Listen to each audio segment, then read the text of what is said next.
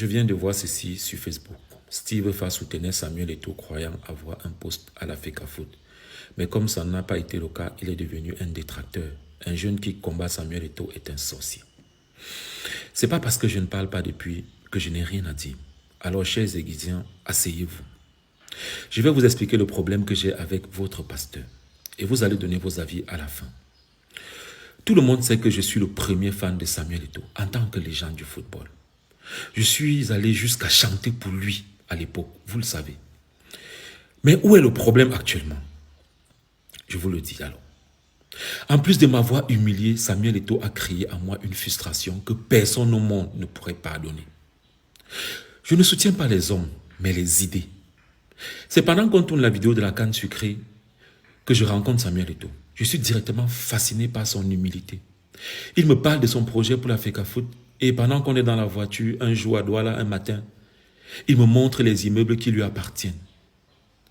Et je me dis, si ce monsieur dit vrai, il pourrait faire l'affaire à la FECAFOOT parce qu'on en a marre des gens qui viennent remplir leurs poches à la FECAFOOT pendant que les résultats sont de plus en plus médiocres.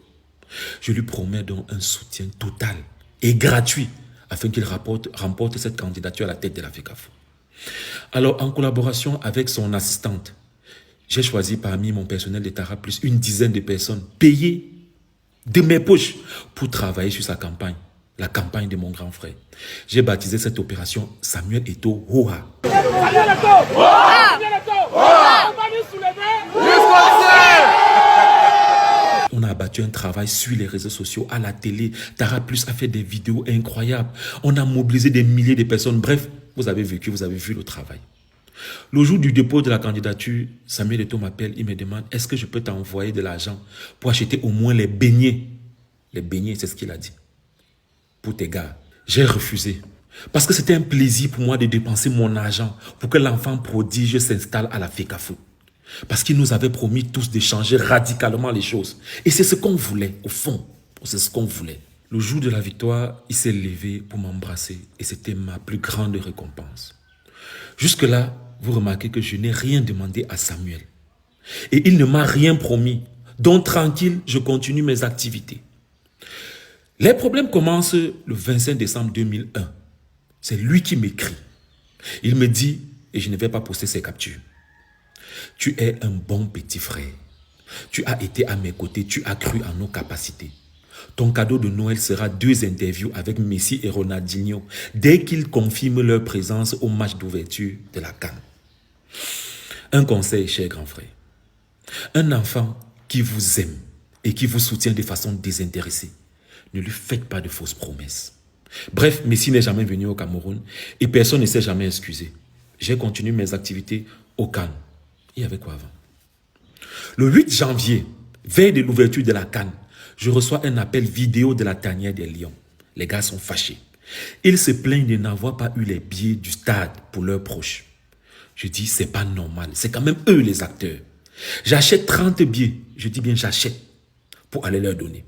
Il est 21 h quand je réussis à acheter les billets. Mais je décide quand même d'informer le président de la FECAFOOT. Président, je suis en train d'aller remettre les billets aux Lions, car ils se plaignent de n'avoir pas reçu les billets pour leur famille. Il me demande qui se plaint. Et comme ça fait un moment qu'il est là et que je commence à constater que ça ne donne pas, je décide de ne pas donner de nom. Je dis plutôt que tous les Lions se plaignent. Il me dit, ne va pas là-bas. Je fais quand même la tétutesse et je suis allé donner les billets parce que les gars m'appelaient jusqu'à 22 h et je ne trouvais pas ça normal. Je donne les billets et je continue mes activités au calme. Quelques jours plus tard, on se voit dans un avion et il se rappelle peut-être qu'il m'avait fait une fausse promesse. Il me dit, propose-moi un projet pour gérer la communication digitale de la FECAFOOT. Je vais te confier ça. Je n'avais rien demandé à Samuel. Je me dis, ah, peut-être en faisant ça, je pourrais apporter ma petite pierre à l'édifice. Je fais donc le document et je lui envoie. Il me dit qu'il va discuter avec le SG et il va me revenir jusqu'aujourd'hui. Bref, j'oublie et je continue mes activités. Au calme.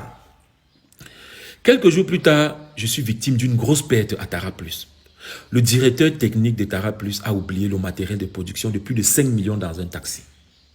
Pour la première fois de ma vie, et vu que ce sont mes équipes de Tara Plus qui ont bossé sur sa campagne, je demande de l'aide à Samuel Eto'o afin qu'il puisse m'offrir une nouvelle caméra et quelques accessoires. Ça coûtait moins de 2 millions. Je n'ai pas demandé l'argent, mais le matériel qui devait faire acheter par quelqu'un à Paris et m'offrir. Voici la capture, vous pouvez faire pause et lire. Il me répond, d'accord. Comme je dis, je ne poste pas ces captures. Après, il n'a rien fait. Comme d'habitude, je dis, il n'est pas obligé d'être reconnaissant. En plus, il ne me doit rien. J'ai donc continué mes activités au calme. Le 15 août 2022, je le rencontre encore dans un avion qui m'amène en Côte d'Ivoire. Je lui dis, président, c'est comment pour la Coupe du Monde? J'ai vu, tu as reçu les influenceurs au Famous. Il me dit, mon petit, toi, tu es un VIP. Je vais t'amener au Qatar en VIP. J'ai dit, yes, président. Vous m'avez vu au Qatar. Je n'ai pas reçu d'invitation et je ne lui ai pas écrit pour demander. Pour moi, la promesse n'est pas une dette. Tant que les Lions gagnent, je suis fier. J'ai préféré aller aux États-Unis pendant le mondial. Sauf que pendant la Coupe du Monde, les problèmes que je connaissais déjà dans la tanière explosent et André Onana est chassé de la tanière. La colère monte chez les Camerounais et je reçois les messages du genre « Voilà le monsieur que tu soutiens, tu ne dis rien parce qu'il te donne de l'argent, vous mangez l'argent du pays. » Honnêtement, ça me faisait mal quand même. Et je décide dans ce jour-là, officiellement, de retirer mon soutien à Samuel Eto'o. Et je fais ce post que vous avez vu sur Facebook pendant le mondial. Il faut que les choses soient claires. Vous avez intérêt à gagner le prochain match. Sinon, c'est le peuple qui ira dissoudre cette FECAFOOT à problème. Moi en tête. Directement, Samuel Eto'o m'envoie la capture en me demandant « C'est quoi ça ?»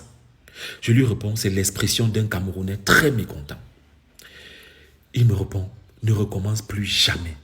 Le jour où tu t'oublies encore publiquement, tu auras de mes nouvelles. Seigneur. » Quelqu'un que j'ai soutenu de façon désintéressée. Quelqu'un pour qui je pouvais mourir pour défendre les idées.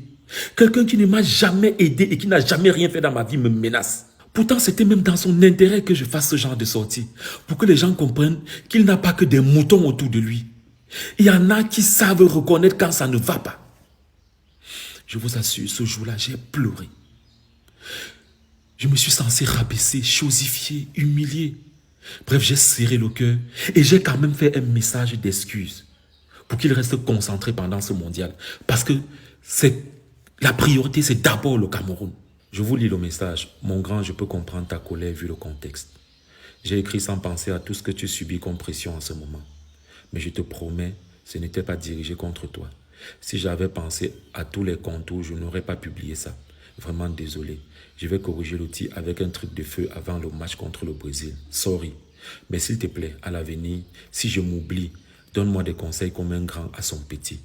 Je te soutiens et je t'ai toujours soutenu sans condition. Et je serai toujours là pour te soutenir. Car je crois en toi depuis des années. Je ne vise aucun intérêt. Tu ne dois jamais trembler concernant ma dévotion à ton égard.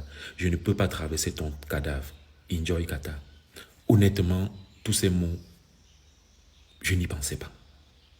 Juste que quand on est petit, on doit se rabaisser. J'ai fait ça et j'ai continué mes activités. Et j'ai promis de ne plus jamais avoir affaire à lui. Parce que je sais qu'il est rancunier. Quelques mois plus tard, il m'envoie le lien d'un 3 minutes du peuple en me disant « Je n'arrête pas de rire avec les émoticônes de rire et tout. » Je décide de ne pas répondre car je connais ça. On revient montrer les dents avec toi parce qu'on a besoin de tes services. Après t'avoir utilisé, on t'humilie. J'avais donc décidé que tant que je n'ai pas la certitude qu'il a changé, je suis en brousse avec lui. Quelques semaines après, je constate qu'il a signé chez OneXBet, cette entreprise qui ruine la jeunesse, cette entreprise qui a payé des militaires pour me torturer parce que je me suis opposé à eux. C'est là que je décide de le bloquer sur WhatsApp, car il n'incarnait plus les valeurs que je promeux. Je le bloque et je continue mes activités au calme. Jusqu'au jour où je suis tranquillement assis chez moi et j'apprends en Congo ça. Samuel Eto'o raconte aux gens que Steve Fa est en brousse avec lui parce que Steve Fa lui a demandé l'argent pour acheter le matériel de sa télé et il a oublié de donner. Mince. Même si je t'avais demandé de l'argent, Samuel, on a parlé de ça à deux. Ça fait quoi dans la bouche des gens? Ce fut l'humiliation de trop.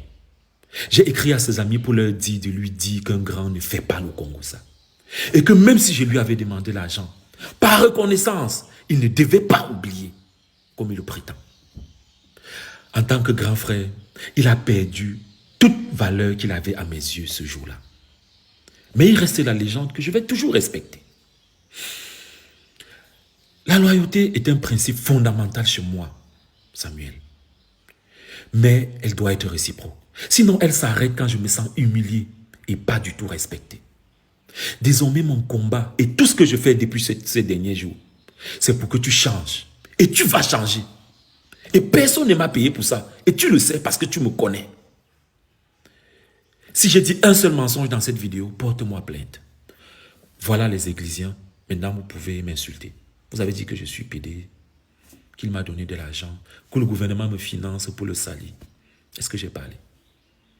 Mais si vous aimez Samuel, dites-lui la vérité. Sinon, vous allez le perdre. Le temps est le véritable tribunal de l'histoire. Un jour, tout se saura.